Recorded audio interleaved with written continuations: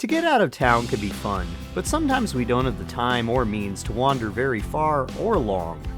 All across the world there are cities and towns an hour's drive from where we live that provide a palate-cleansing escape from our usual surroundings. For the Twin Cities of Minnesota, there's St. Cloud, a city 65 miles northwest that was such an escape for me this past spring. St. Cloud is linked to the Twin Cities via Interstate 94 and US Highway 10, the latter of which my Northstar Link coach bus took to deliver me to Minnesota's Granite City. Several exurbs line both highways, forming a circuit of towns that occasionally interrupt the farmland and natural features that mark the transition between central and southern Minnesota. The character of St. Cloud is decidedly Midwest suburban for the most part, but as we'll see throughout my walkabout town on this day, the city clings to some mid-century character in its downtown and other aspects, enough to feel as if you made it to a place unlike the Twin Cities with its tracts of modern mixed-use development in the city core. Upon arrival at St. Cloud's downtown bus terminal, I procured a bus pass from the mildly unfamiliar ticket kiosk so that I would be able to hop around town to my heart's content. Do $13 a store value on a rail card. Good stuff. And it appears all the buses are sleeping now, laying over until we can catch the number 9 down to the university to go to the gardens. St. Cloud has a rather extensive city bus system for a metro area of just over 200,000 residents. Bus routes deviate throughout the city's residential and commercial zones, as well as St. Cloud State University, all to a significant level of coverage that is only hindered by the trademark Middle American infrequency of services among a landscape designed for personal vehicles.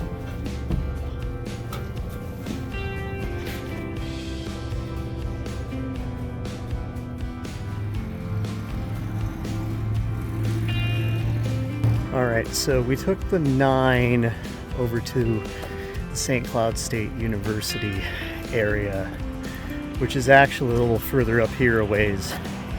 I had intended to get off much near the river.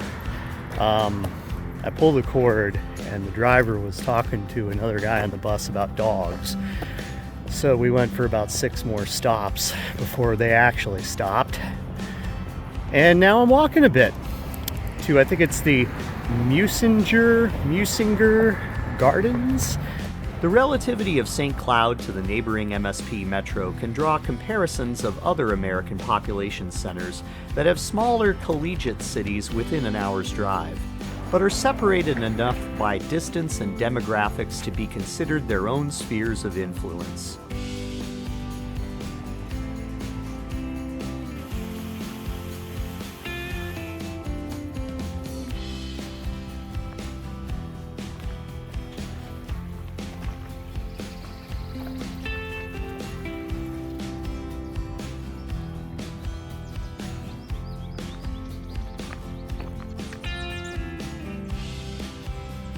I'd say it's a perfectly serene place to hang out for quite a while, but I'm getting hungry, so I'm gonna go back up to the street that leads into the college and try to get a bus over to Waite Park. Whereas the roots of the city go back to indigenous tribes that were displaced by European settlement for fur trapping and later granite excavation, the modern St. Cloud is driven by the State University, medical facilities, as well as being the headquarters of New Flyer, a public transit vehicle production company whose buses are built in the St. Cloud area. I unfortunately didn't have the time to attempt a tour of their facility, but I'd be tremendously interested to do so someday for the sake of making a video. It's very commonplace, especially in the early morning hours, to see city buses from the East Coast deadheading to and from St. Cloud through the Twin Cities around the Beltway after either having been built at New Flyer or returning for overhauls and other business. I even once saw a New Jersey Transit bus broken down on the side of I-694 in the North Metro. Never too far away from civilization anywhere you go. A great tourist destination it certainly isn't. St. Cloud was really just a break from the Twin Cities for me. On weekdays, it's convenient enough to hop the Northstar from downtown Minneapolis to Big Lake and then connect with the linking coach bus service operated by St. Cloud's Metrobus, which does expand the time of the journey long enough to feel like something more great. But as anyone who makes the more logical choice of driving between the two cities will tell you, St. Cloud itself doesn't really boast a whole lot to see or do, just a different perspective of the landscape and a reshuffling of the usual storefronts that are the standard of most American cities. It's a very good feeling to know that at least half of the things in that exhibit I own.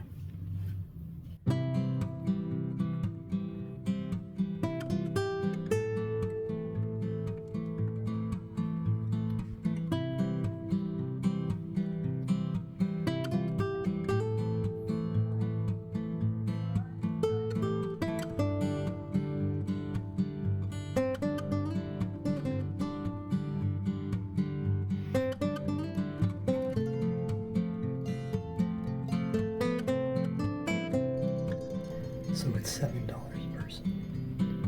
Here's what makes it worth it.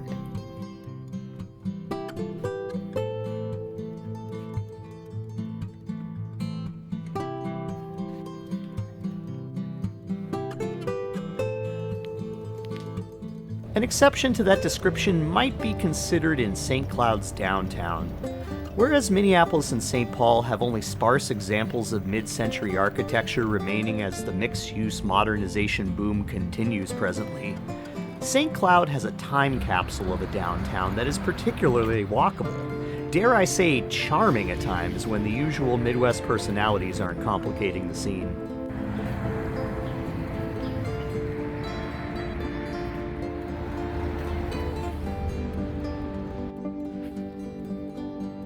This bookstore was just a point I saw on Google Maps, but it had a very appealing combination of character, fiction authors, as well as transportation and history topics in print for sale to draw me into the better part of an hour spent there. I ended up choosing a handful of titles that didn't set me back more than $24.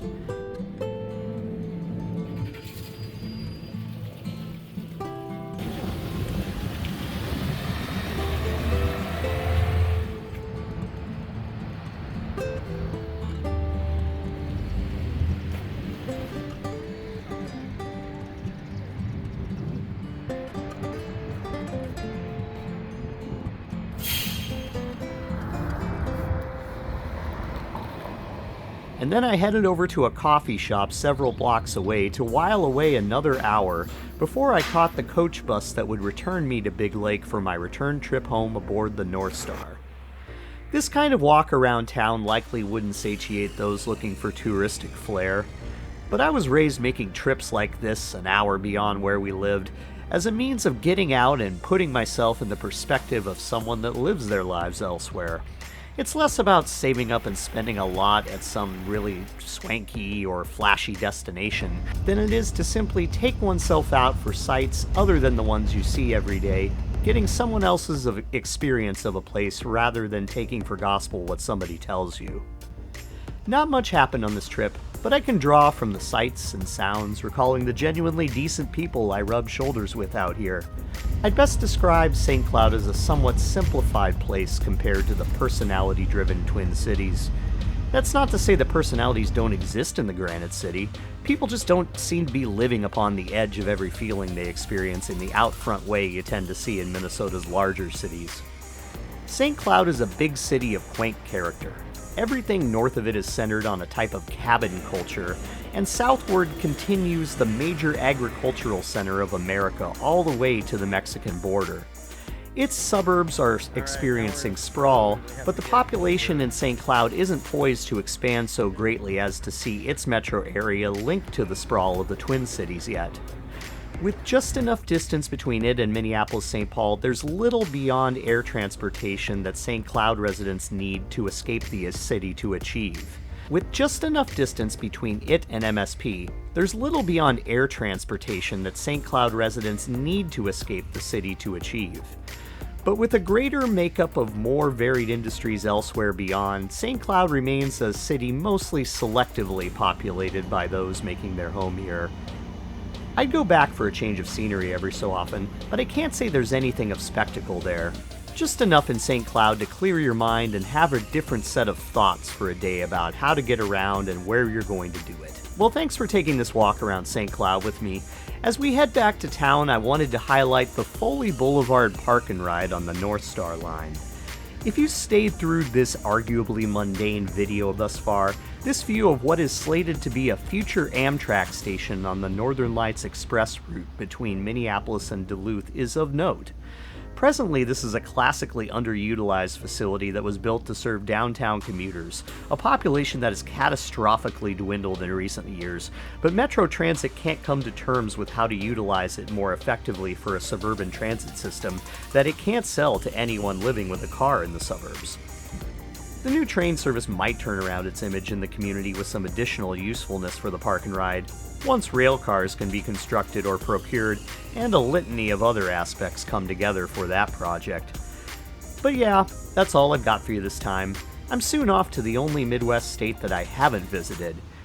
That's one of 3 trips I'll be taking this September to show off more ways of getting out and around all across America.